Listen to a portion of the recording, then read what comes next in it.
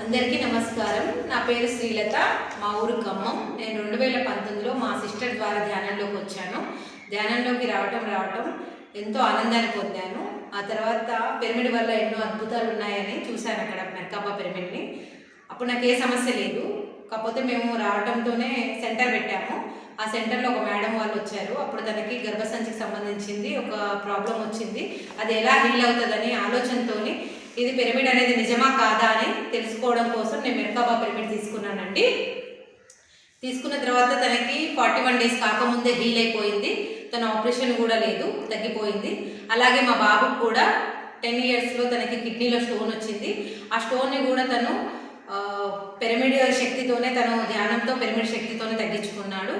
నాకు కూడా ఎన్నో హీల్ అయ్యా. నో డాక్టర్ నో మెడిసిన్ మేము ఫాలో అవుతున్నాము.